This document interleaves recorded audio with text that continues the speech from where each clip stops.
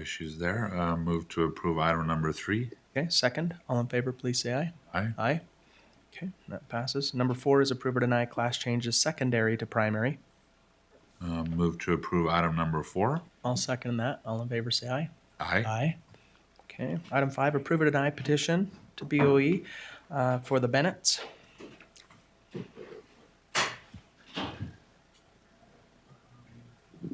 Okay. The Bennetts, after reviewing the petition, the auditor's office recommends approval. The petitioner's explanation of the extraordinary circumstances seems plausible enough. Okay, He said approve. I move to approve item number 5. I'll second that motion. All in favor, please say aye. Aye. Aye. Okay, item 6, approve or deny for the Christian Bravo. The appellant was actually requesting extension of the deadline based off of factual error, but they didn't raise any factual issues in their statement and didn't provide any other reasoning as to why the appeal should be accepted late. We're recommending denial on that one.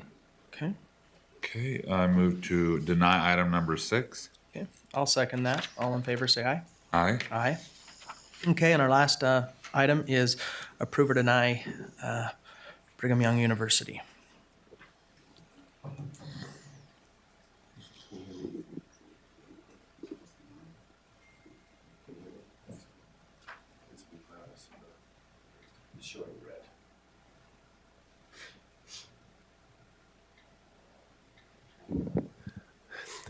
Hello, Adam Beck, County Attorney's Office. Commissioners, if you recall, this matter was continued from our last BOE.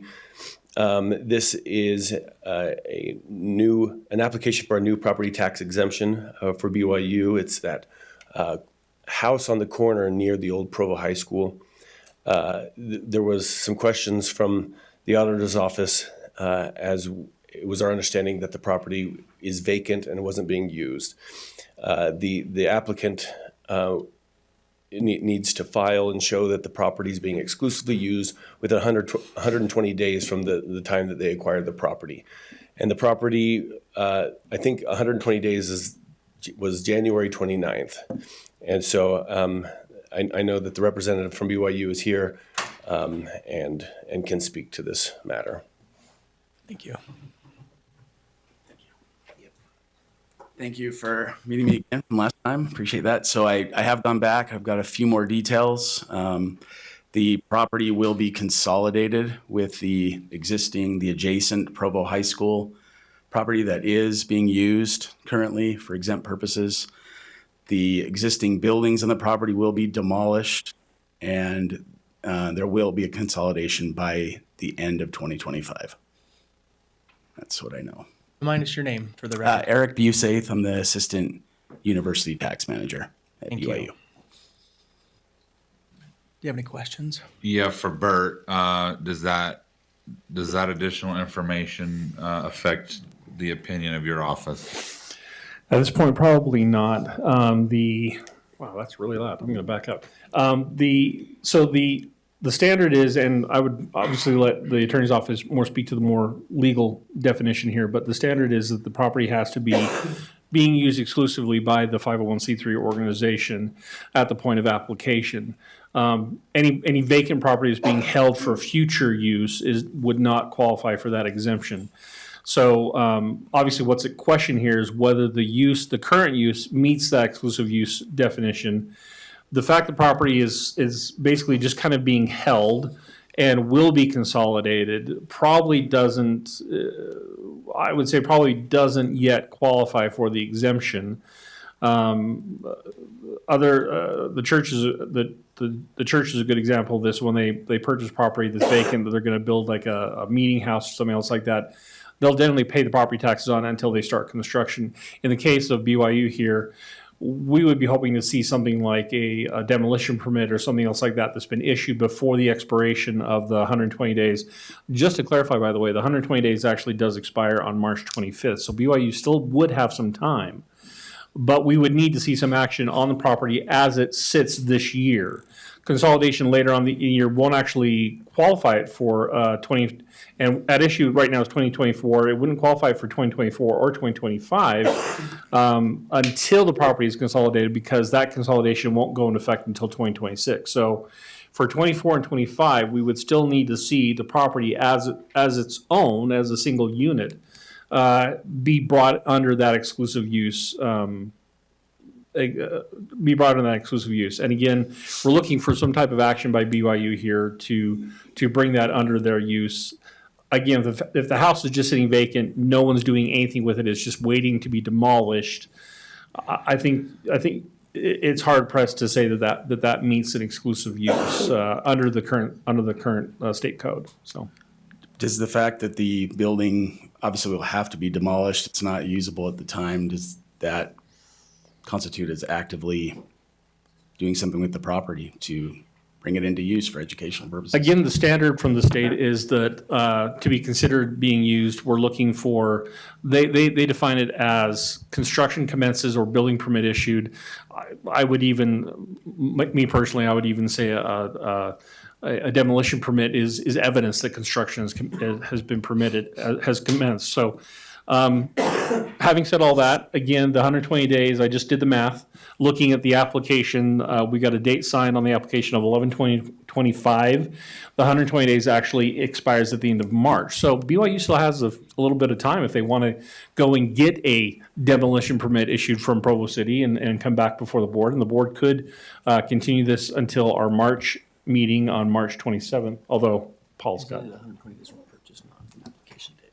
Sorry, excuse me. Paul just reminded me, and he's correct. It is 120 days from purchase date. I apologize. I should have made sure that I'm looking after the application date. So, So that'd be March. Let's see. What, so I was looking off the application date, but we would need to look at when. What do you remember when the property was transferred to BYU? I think it was March. I'm sorry, October 1st, 2024. October 1st. Yeah, Okay. I believe so. Let me recalculate that real quick. The reality is, I think if it's like the last meeting, we're on different ends perhaps of this. So yeah, that would be Gonna that stall the anyway. 120 days would have ended on January 29th. So yeah, you would have had a permit issued by Okay. then. Vote on it? Probably But we still could reapply for 2025. Absolutely, you can, as long as the application deadline for 2025 is March 1st, or by April 1st if you're filing late. But as long as a building permit is issued, as long as a permit is issued, again, that's up to the board's discretion. But if a demolition permit was issued prior to your applying for 2025 on March 1st, or even before we hear the agenda item at the end of March, which is when we'll do it, then the board has something else to work with. And the auditor's office probably wouldn't have an objection at that point. My guess is that the demolition permit's probably on your next to-do list. Yeah. I'm So- sure they're in the work. What I'm hearing, April, May, they might want to start demolishing it, is what I'm hearing, but there's no definite.